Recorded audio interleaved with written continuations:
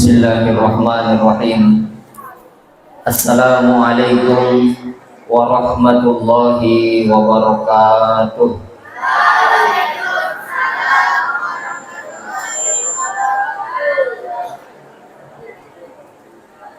Innal hamdalillah nahmaduhu wa nasta'inuhu wa nastajiruhu wa nastahdihi wa na'udzu bihi min syururi anfusina wa min sayyiati a'malina.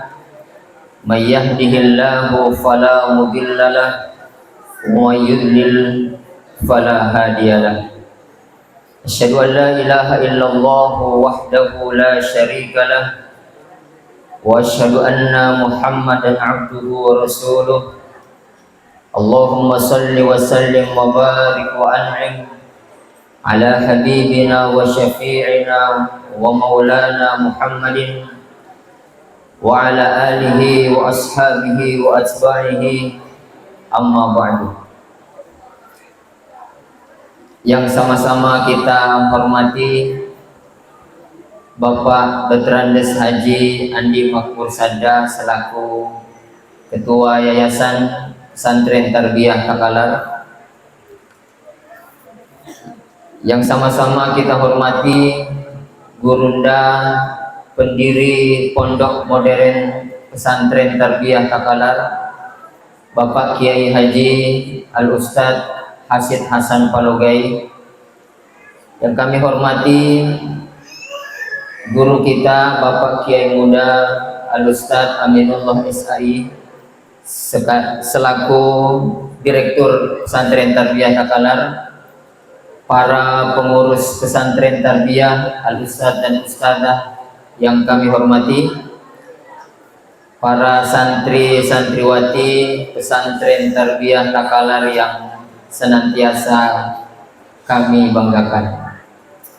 Bismillahirrahmanirrahim. Alhamdulillah, pagi hari ini kita semua hadir di masjid ini. Tepat momennya hari Senin tanggal 12 Rabiul Awal, tanggal merah Sikamba Japa Kumendrini Jai Kucini masih gini putar asal salawat. Artinya banyak yang sedang mengadakan acara maulid hari ini. Nak kepodeng sinampe bangin salah di pesantrenku diadakan juga maulid. Kami adakan malam hari. Salawat beserta salam semoga senantiasa tercurah kepada baginda Rasulullah sallallahu alaihi wasallam, juga atas keluarga beliau dan seluruh sahabat-sahabatnya yang setia terhadap beliau. Tanggal 12 Rabiul Awal, hari Senin, lebih kurang 1400 tahun yang lalu dihadirkan oleh Allah Subhanahu wa Ta'ala ke atas bumi ini sesosok manusia yang kemudian hari ini namanya masih indah untuk kita sebut, dan insya Allah sampai akhir dari kehidupan ini. Muhammad sallallahu alaihi wasallam Arabiyun, seorang Arab, dipilih oleh Allah Subhanahu wa Ta'ala untuk menjadi pemimpin bagi seluruh umat manusia sampai dengan akhir zaman. Alhamdulillah, setiap tahun kita memperingati maulid ini, memperingati kelahiran Nabi Muhammad sallallahu alaihi wasallam.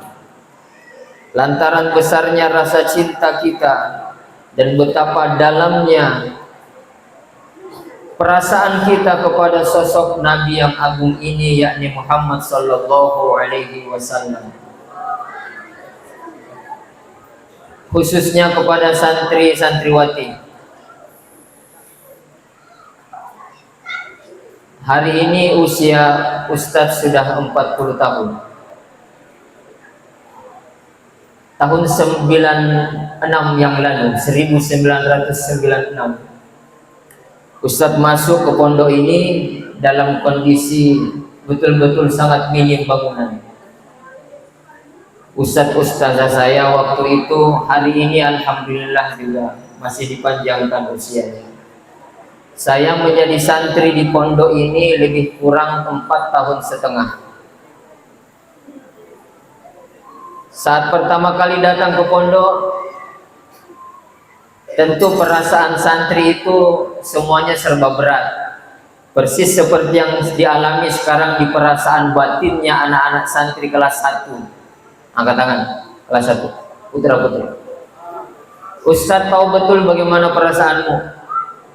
Berat. Saya dulu santri baru 7 hari 7 malam dulu mengarupku. Dokter Hamka yang sekarang jadi dokter itu datang bujuk saya. Kenapa menangis? Saya bilang cuma satu kata, mama. Waktu itu ingatnya cuma mama. Alhamdulillah, seiring waktu berjalan, saya bahkan kemudian melanjutkan sampai belajar di pesantren Tanah Jawa. Dari pesantren Tarbiyah saya berangkat ke sana, bertemu dengan santri dengan jumlah sekitar 4.500 orang. Satu angkatan kami saat itu 867. Saya tanya kepada teman-teman 867. Disusun kelasnya dari kelas 1B, 1C, 1D terus sampai 1 QI. Yang duduk di kelas 1B itu nomor 1, berarti ranking 1 dari 867 orang. Alhamdulillah yang datang dari Tarbiyah saat itu posisi urutan ke-8 dari 867 orang. Alhamdulillah.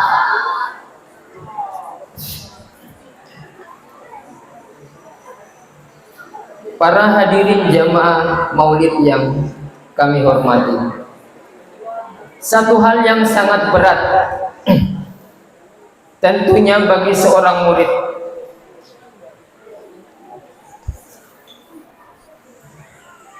adalah saat kita melihat guru-guru kita sudah mulai menua.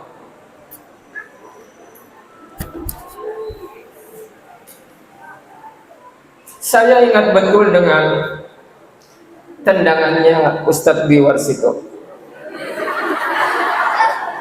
Ustadz Biwarsito kalau main bola curang. Nanialle bola na naburu sige sa rata.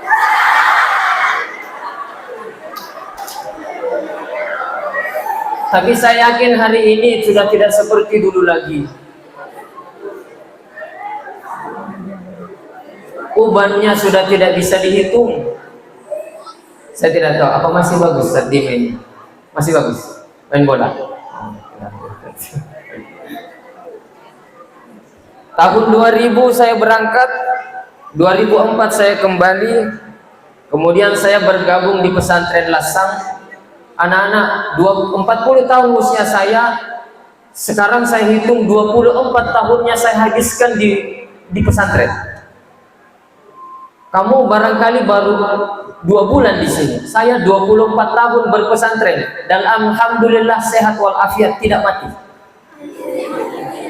Jangan sampai kau kira mati orang kalau masuk pesantren.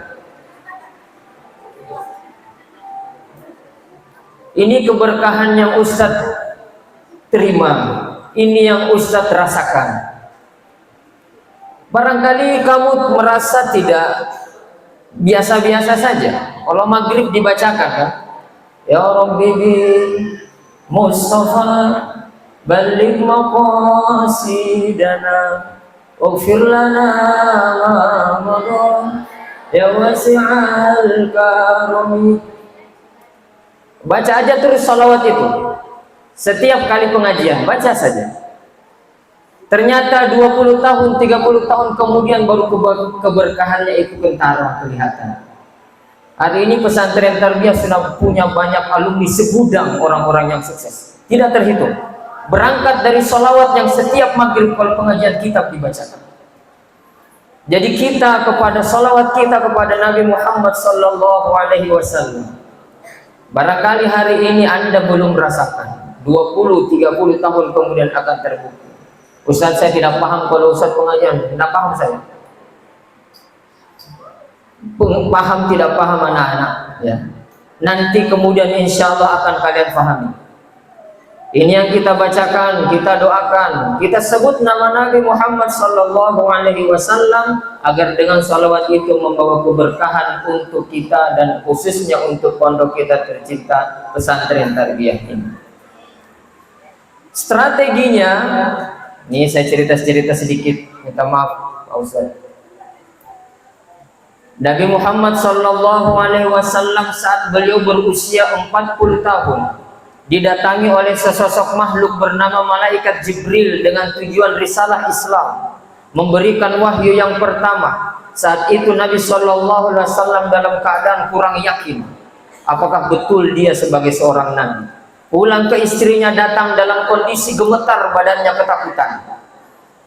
Istrinya lah yang kemudian menguatkan kepada Nabi Muhammad Shallallahu Alaihi Wasallam sambil berkata, "Ya Muhammad, sesungguhnya yang mendatangi engkau di Gua Hiro itu pula yang mendatangi Daud dan Sulaiman dan juga Nabi Musa. Kuatkan dirimu." Maka beliau adalah sesosok manusia yang pertama kali mengikrarkan diri sebagai seorang Islam, beriman kepada Allah, beriman kepada risalah Muhammad Sallallahu Alaihi Wasallam. Yang pertama kali beriman adalah perempuan. Ini saya kasih tahu ibu-ibu. Yang pertama kali beriman kepada Allah itu bukan laki-laki, perempuan. Mempercayai risalah Nabi Muhammad. Di awal mulanya tidak ada yang senang dengan Nabi Muhammad. Disampaikan tentang Islam tidak masuk akal di pikiran mereka. Arab jahiliyah saat itu betul-betul jahiliyah. Jahiliyahnya pangkat kuadrat. Kenapa kita bilang seperti itu? Mereka tidak mau agar dakwah Nabi Muhammad SAW tersebar. Kenapa? Mereka takut. Siapa yang paling takut? Saya kasih tahu. Kita kalau mau belanja baju, beli di Takalar atau di Makassar? Jawabnya Makassar. Orang saat itu kalau belanja patung tidak di tempat lain, datangnya ke Mekah. Di Mekah lebih murah. Kalau mau beli berhala, datang ke Makkah. Makkah adalah tempatnya grosir patung, eceran patung yang paling murah. Kalau Muhammad sampai berhasil menyebarkan dakwahnya di situ, bubarlah seluruh kemudian penjual berhala. Itulah yang menyebabkan mereka sangat benci kepada Nabi Muhammad SAW. Belum lagi yang selalu dipanggil untuk baca-baca, benci kepada Muhammad. Dari situ kemudian Nabi Muhammad SAW berdasarkan pribadi beliau yang diutus, setiap kali ada orang yang datang, setiap kali beliau ketemu dengan orang, kenal tidak kenal, di dalam diri Nabi Muhammad SAW yang terpatri di dalamnya adalah sahabat, teman. Ada yang mau memusuhi beliau, ada yang ingin menyakiti beliau, di dalam hatinya tidak ada dendam, yang ada hanya teman, sahabat. Setiap pagi, setiap subuh ada yang naruh kotoran unta depan pintu rumah beliau. 3 kali berturut-turut selalu ada kotoran unta. Hari keempatnya tidak ada kotoran unta itu. Ternyata orangnya itu lagi sakit, nenek-nenek. Yang pertama kali menjenguk nenek-nenek itu waktu sakit bukan temannya, bukan cucunya, bukan anaknya. Yang pertama kali menjenguk adalah Nabi Muhammad SAW yang dijahati oleh beliau. Karena dalam prinsip Rasul SAW, semua manusia hendak aku jadikan teman, sahabat.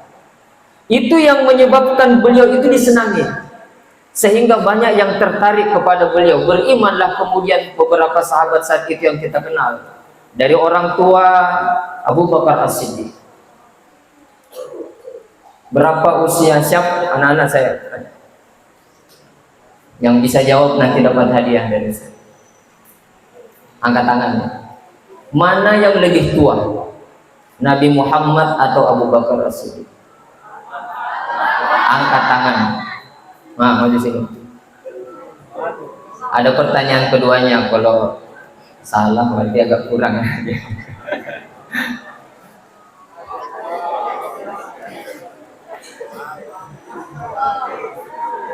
Nanti kelas 1, sabar, kelas 1 ya. Salah satu ada dari Ustaz. Ada mic.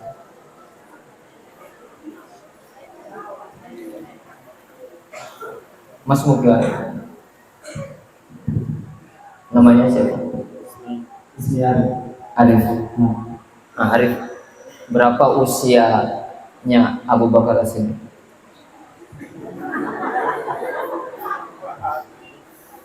Tebak-tebak saja. Kurang lebih 60 ya. Gimana yang lebih tua, Nabi Muhammad atau Abu Bakar? Hah? Lebih tua Abu Bakar. Lebih tua berapa tahun? Oh, terlalu jauh. Ya, oke. Ini bagi-bagi buat kamu. Bagi-bagi. Kamar berapa? Kamar berapa? Di mana asramanya? Di belakang? Oh, nanti bagi-bagi sama teman. Silakan. Ya, kamu gitu. Abu Bakar usianya 2 tahun lebih muda dari Nabi Muhammad. Nabi Muhammad wafat 63 tahun. 2 tahun kemudian digantikan masa kepemimpinan Nabi Muhammad oleh Abu Bakar. Abu Bakar pun meninggal wafat di usia 63 tahun. Itu berarti Abu Bakar selaku mertua Nabi Muhammad lebih muda dibandingkan Nabi Muhammad SAW. Tapi menyatakan diri mau ikut ajaran menantunya. Dari golongan anak-anak yang pertama kali masuk adalah Ali bin Abi Thalib. Dan seterusnya. Masuk-masuk semuanya. Banyak pengikut Nabi Muhammad sallallahu alaihi wasallam. Strategi beliau, kita baca dalam sejarah, setiap kali Nabi Muhammad sallallahu alaihi wasallam hendak melakukan peperangan apa saja, itu paling depan yang ditunjuk oleh beliau adalah sahabat-sahabatnya yang pemberani dan rata-rata sudah punya pengalaman, dan punya pengalaman rata-rata usianya juga sudah tua. Salman Al-Farisi, Umar bin Khattab dan lain sebagainya. Yang muda-muda suruh jaga camp. Ali bin Abi Thalib jaga camp, Ibnu Mas'ud jaga camp, Ibnu Abbas jaga camp, Zaid bin Harisah jaga camp, untuk membimbing ibu-ibu yang tinggal. Diajarilah mereka. Dari sekian itu kemudian akhirnya kita kenal bahwa sahabat-sahabat Nabi Sallallahu Alaihi Wasallam yang muda-muda ini, yang kemudian melanjutkan risalah Nabi Sallallahu Alaihi Wasallam, dalam sejarah Islam kiprahnya sangat luar biasa.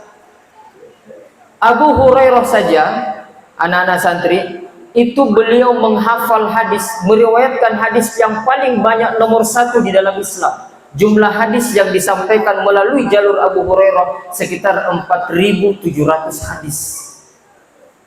Yang kedua, tentu yang seranjang dengan beliau, siapa? Aisyah radhiyallahu anha, 2.200 hadis. Apa beratnya hadis ini? Selama Nabi Muhammad sallallahu alaihi wasallam hidup, beliau mengatakan, la taktub anni syai'an.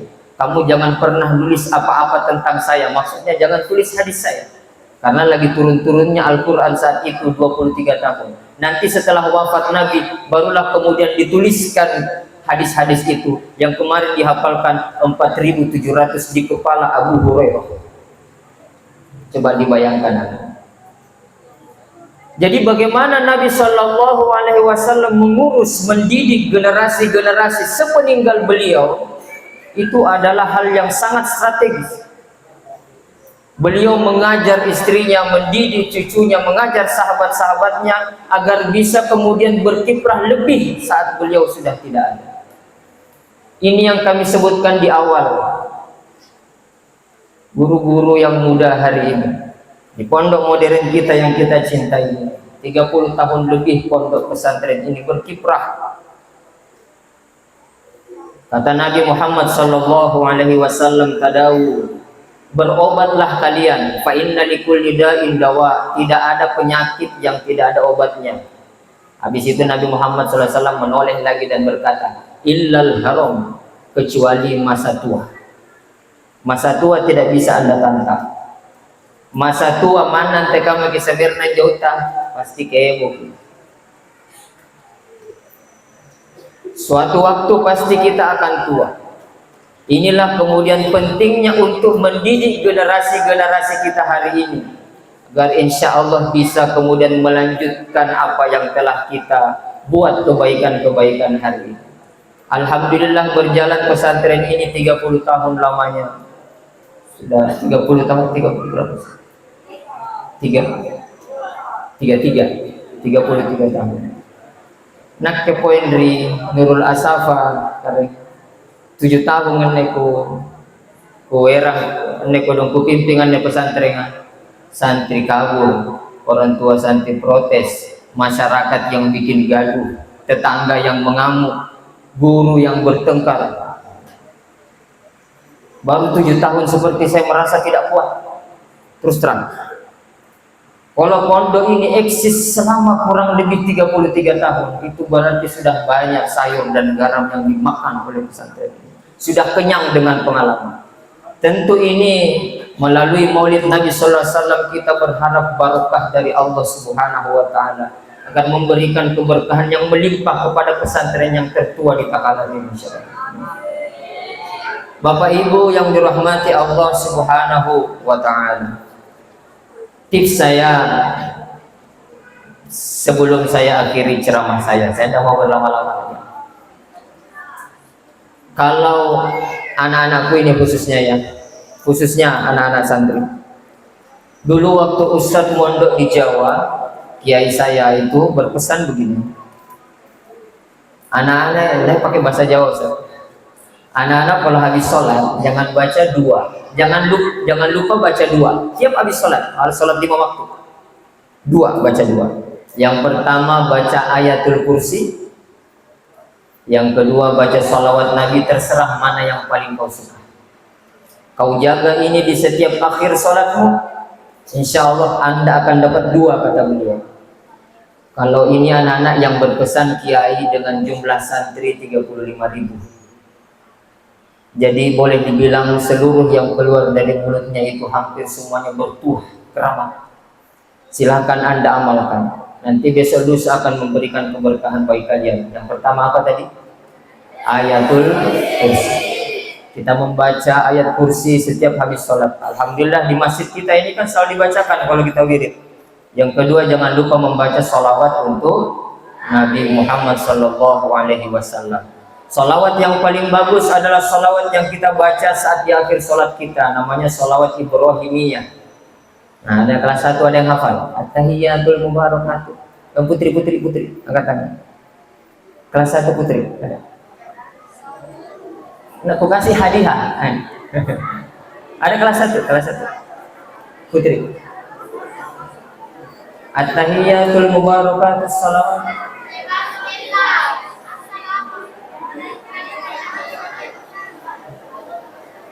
Ayo, yang putra. Nah, putra. Ya kita baca kalau kita tahiyat, at-tahiyatul mubarakatus shalawatut thayyibatut. Silakan. Nah, ini baru berani.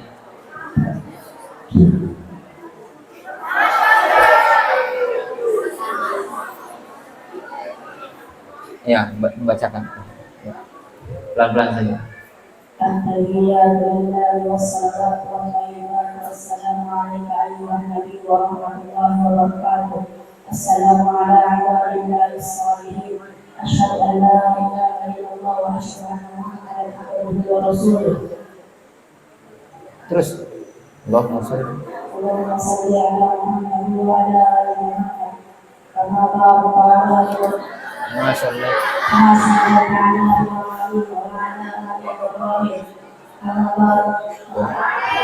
Wabarik.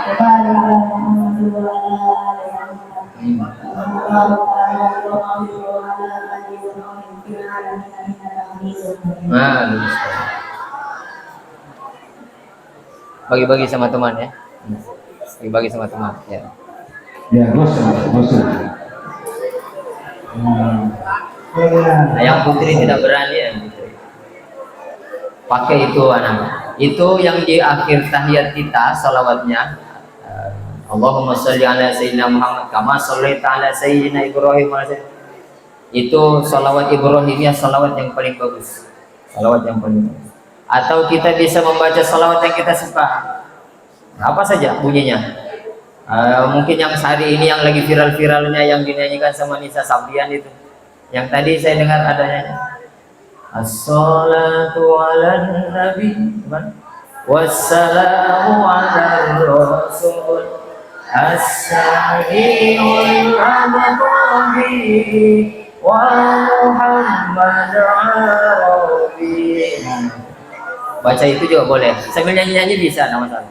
Nanti habis sholat baca itu, insya Allah nanti anak-anakku satu. Insya Allah nanti kalian satu. Segala bentuk jenis keberuntungan, kata kiai saya, itu akan mengincar Anda. Segala bentuk jenis keberuntungan akan mengincar Anda. Mulai dari rezekinya, laki-laki jodohnya, itu akan mengincar Anda. Dan segala bentuk jenis kesialan hidup akan menjauhi Anda. Itu kalau dibaca ya, nanti diamalkan. Alhamdulillah Ustadz itu mengamalkan sejak dulu, pasti kasih tahu sama Pak Kiai itu sampai hari ini. Alhamdulillah tiap kali habis sholat saya baca, kemudian ayat kursinya, agar kita mendapatkan penjagaan dari Allah Subhanahu Wa Taala, diri kita, keluarga kita, anak-anak kita, insya Allah.